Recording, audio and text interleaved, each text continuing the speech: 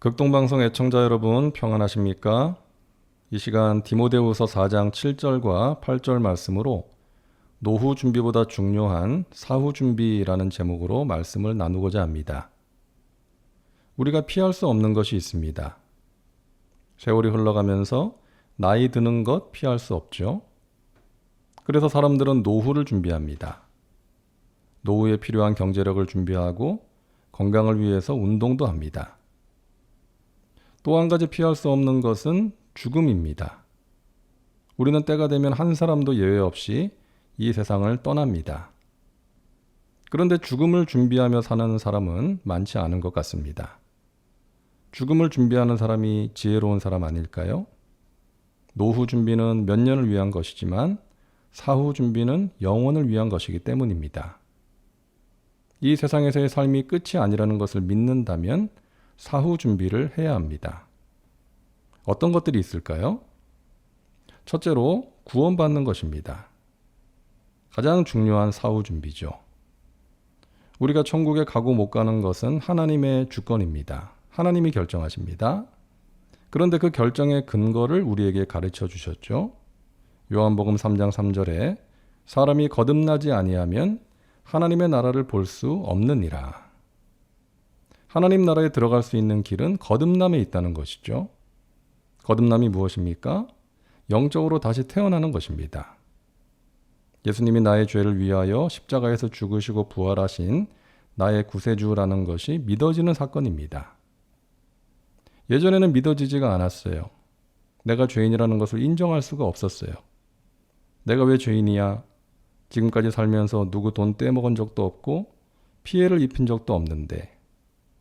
그런데 어느 순간에 내가 하나님 앞에서 부끄러운 죄인이라는 것이 깨달아지는 거예요. 그리고 예수님이 나의 죄를 위하여 십자가에서 돌아가신 것이 믿어지는 것입니다. 누가 나를 하나님의 자녀라고 하면 내가 왜 하나님의 자녀야? 우리 아버지 아무개 씨의 자녀지 그랬는데 어느 순간부터 내가 하나님께서 사랑하시는 자녀라는 것이 믿어지는 것입니다. 로마서 10장 9절과 10절에 내가 만일 내 입으로 예수를 주로 시인하며 또 하나님께서 그를 죽은 자 가운데서 살리신 것을 내 마음에 믿으면 구원을 받으리라. 사람이 마음으로 믿어 의에 이르고 입으로 시인하여 구원에 이르느니라 말씀하십니다.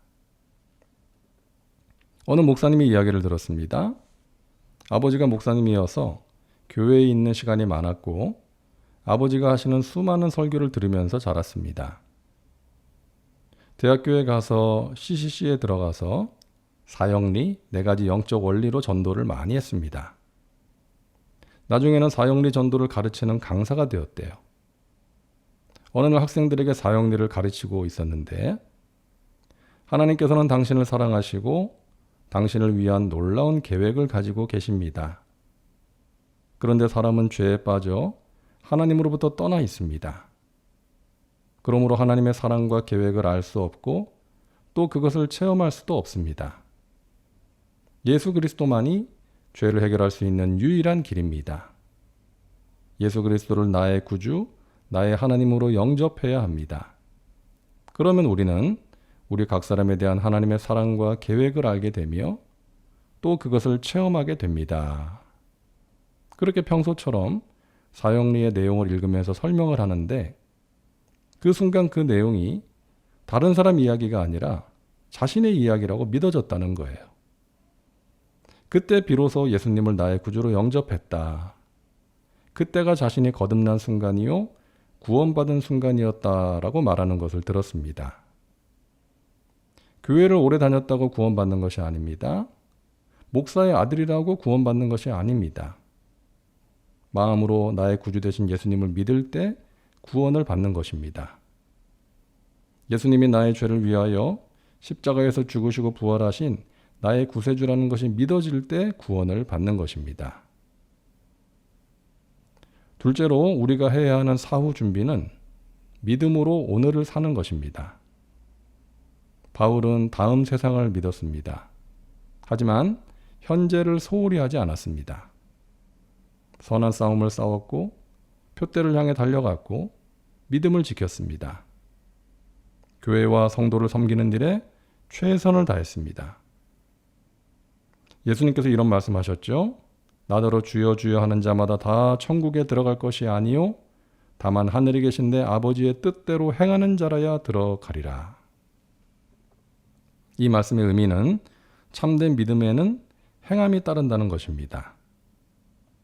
정말로 구원받은 사람은 하나님 아버지의 뜻대로 살아간다는 것이죠. 야고보서 2장 26절에 영혼 없는 몸이 죽은 것 같이 행함이 없는 믿음은 죽은 것이니라고 말씀하지 않습니까? 살아있는 믿음, 진짜 믿음은 행함이 따르는 믿음이라는 것입니다.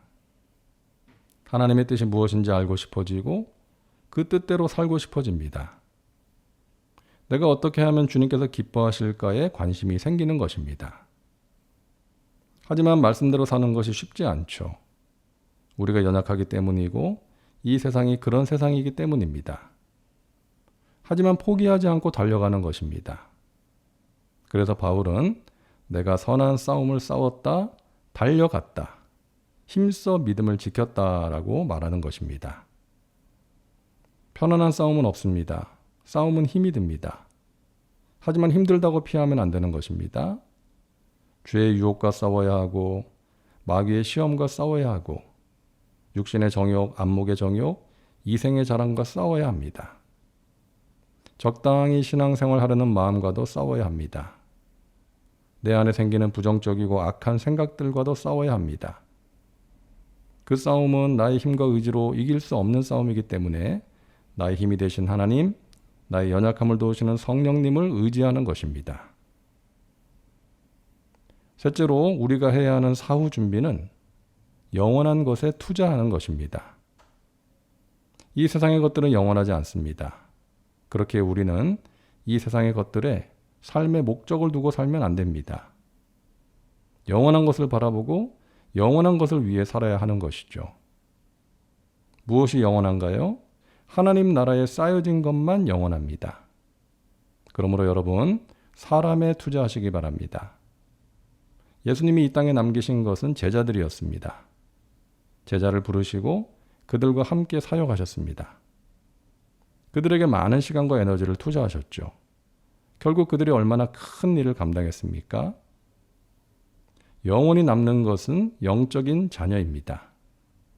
내가 전도해서 예수님을 믿게 된 사람, 힘들 때 나를 찾고 기도 부탁하는 사람, 내가 평생 기억하며 기도해 줄 사람이 영적인 자녀입니다. 그리고 여러분, 하늘의 재물을 쌓으세요. 재물을 하늘에 쌓는다는 것은 재물을 하나님 나라를 위해 사용하는 것입니다. 돈은 잘 모을 때가 아니라 잘 쓸 때의 가치가 있습니다. 가치 있는 일에 쓰는 것입니다. 재물을 어떻게 사용하는지를 보면 그 사람의 영적 상태를 알 수가 있습니다. 재물을 하늘에 쌓는 사람, 하나님 나라를 위해 사용하는 사람은 영적으로 성숙한 사람입니다. 너의 재물이 있는 그곳에 너의 마음도 있다고 하셨기 때문이죠. 재물을 드린다는 것은 마음을 드리는 것이기 때문입니다. 감사하는 마음, 하나님을 사랑하는 마음으로 하늘의 재물을 많이 쌓으시기를 바랍니다. 사랑하는 여러분, 우리의 목적지는 영원한 하나님의 나라입니다. 그 나라의 삶을 준비하며 살아가시기를 주님의 이름으로 축원합니다. 사랑과 은혜가 풍성하신 하나님, 영원한 나라에서의 삶을 준비하며 살아가는 지혜로운 주의 백성들 되게 하옵소서. 예수님의 이름으로 기도하옵나이다. 아멘.